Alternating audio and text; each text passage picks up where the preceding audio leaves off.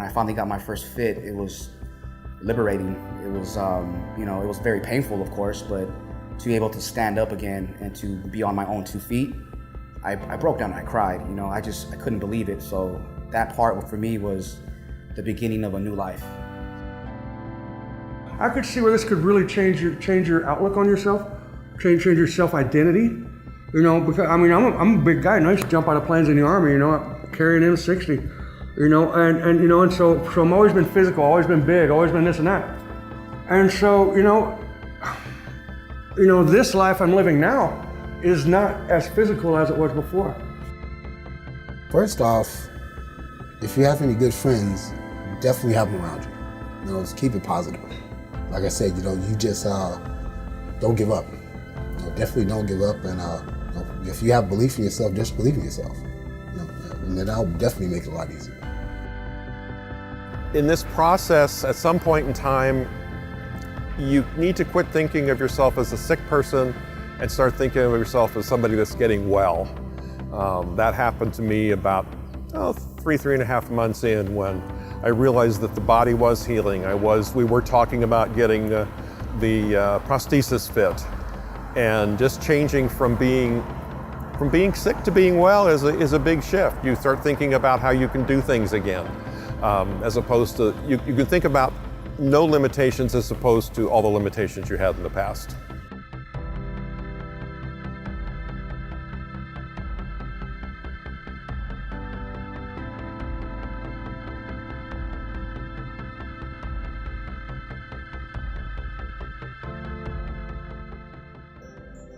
My name is Carlos Gonzalez Jr. I'm from San Francisco, born a native, and 10 years ago, I suffered a pretty traumatic injury that resulted in an above-the-knee amputation.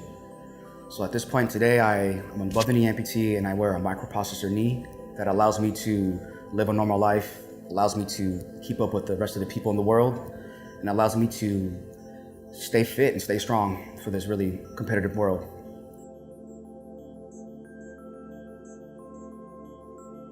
I'm Mark Dreyer. In August of 2014, my lower left leg and foot was amputated due to an ongoing medical condition that just wouldn't heal. We started fitting me for a prosthesis about 3 months later, and now 5 months later I am on my first permanent prosthesis and walking quite well.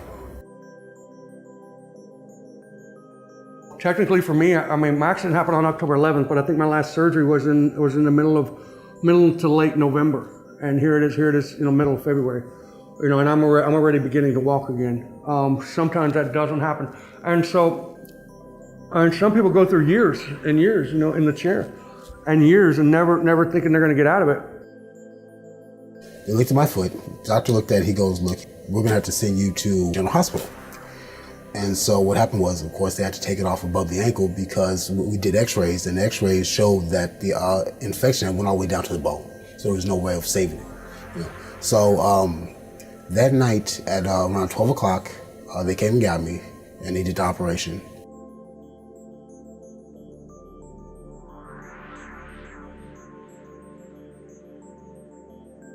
For me personally, it took about multiple surgeries because I had a problem with my prosthesis in the beginning because of my residual limb had infections, and pretty much I had to wait a full year before I was able to even walk. So for me, that was a pretty frustrating part. Because I was in the wheelchair for the first 3 months. Since the amputation, it's taken me about 4 months to get comfortable walking on the prosthesis with no assistance. Up until about a month ago, I was using the wheelchair at times and using a cane to get around.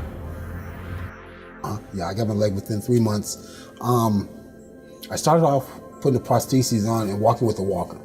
I started with that first, to get my balance, to get used to it and everything, and having to teach myself how to walk. I started walking with the cane. You know what I'm saying? So maybe about 3 weeks with the walker, and then I started walking with the cane, and then after I started walking with the cane, everything was just came together. It was a lot easier. They actually told me that it would be better not to even get a prosthesis, honestly, because of the abrasions that I will get, the pain, just the struggle of it, But I was demanding about it. I wanted to get me a fit.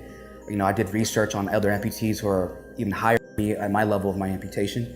So that first few months was probably the pain of the skin, getting used to that raw feeling of getting it rubbed against something else that was like a foreign object.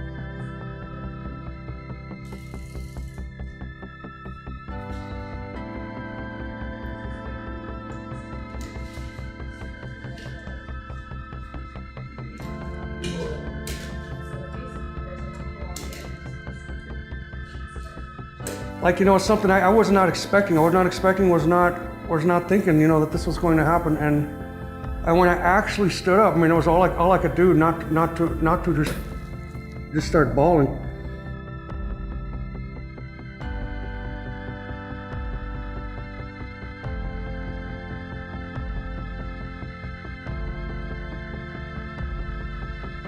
When I stood up, all the emotions of the reality of it, you know, of actually standing up and realizing that life was about to change, you know, and that life is changing. It's not about to, it is changing. That was a huge moment.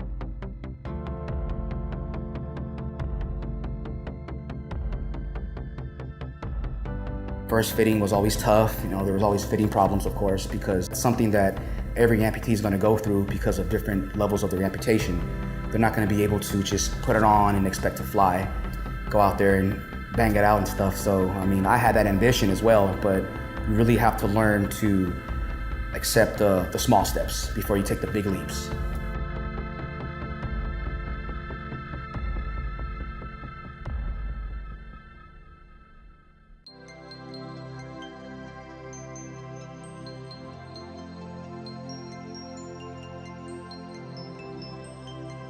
But one thing I would say is, I don't know how you can feel about this, but I'm gonna tell you straight out. This sucks. This is really gonna suck. You know, and it sucks for a while, but it doesn't suck forever. You know, yeah, you know, you're getting your leg either cut off, your foot cut off, you know, and all of a sudden you can't move. I know you're crying right now. I know this sucks for you right now. You know, I know you think the whole world's falling apart. Yeah, and you still gotta go through another surgery too. But you know what, I'm here to tell you that, you know, it's okay. Everybody around you with two legs is telling you it's gonna be okay. Like, well, what do you know? I appreciate your help and your love and your kindness, but in reality, I mean, you can't tell me it's gonna be okay. But I'm here with one leg to tell you it is gonna be okay. I say more than a year where I was confused about what I needed to do with myself. I was so out of tune with, like, you know, the world a little bit. I felt self-conscious, insecure. So I went on the internet one day and just started looking at other amputees who compete, not just in martial arts, but just in sports in general. And then I came across this organization called Extremity Games, where they hold kind of like an X Games kind of thing. They do skateboarding, they do BMX, kayaking, like just extreme sports. And I met all these awesome dudes, and that's when I was just feeding myself knowledge every day and saw the people who made huge comebacks, huge strides. So then and there I made a decision. I'm gonna walk, and then I'm also gonna play a sport, and I'm also gonna try not just to be a normal guy, but go out there and do what I want to do.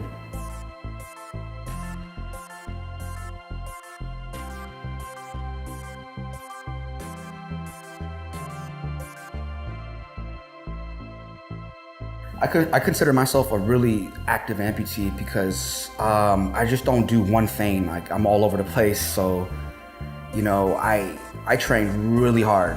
I mean, the main thing is to trust your prosthesis and just if you really want to get places in life, you have to train for it. So, you know, I think that my insight was a lot of people don't realize how important their legs were. So I trained so hard just to stand, to take 5-6 steps that are perfect. Because I'm kind of obsessed with walking, and I want to walk good, and I want to, like, be a great example for walkers. So I got really obsessed with it. But my obsession was actually a good thing because it led to me to realize that no matter what position I'm in, I'm always finding a way to walk, move, maneuver, and I just surprised myself a lot with that. So with that being said, everyday life is frustrating, it's hard, but if you have the drive and the desire, then you get over those things. You get stronger, more up here. Physically, anyone can be strong physically, but if you have the mindset, it can really set like a future for you because you get stronger. You realize that, you have a couple bad days, whatever, it's okay, Just gotta stay positive, stay focused. Don't give up. Definitely don't give up. And if you have belief in yourself, just believe in yourself. And that'll definitely make it a lot easier. One of the final things I would say is ask questions and communicate. If you're doing something that's very painful or you don't know how to do it, maybe there's a different way things can be done. And keep with your work. As recently as this past week, I spent some time with my physical therapist to figure out how to get up and down a ramp a little simpler. And we spent a half an hour, and now I have that better piece of the puzzle. You keep smiling, things can, your day gets better. So I want to face the day. I'm not scared of it like I used to be. I'm ready to face the day and the obstacles ahead of it.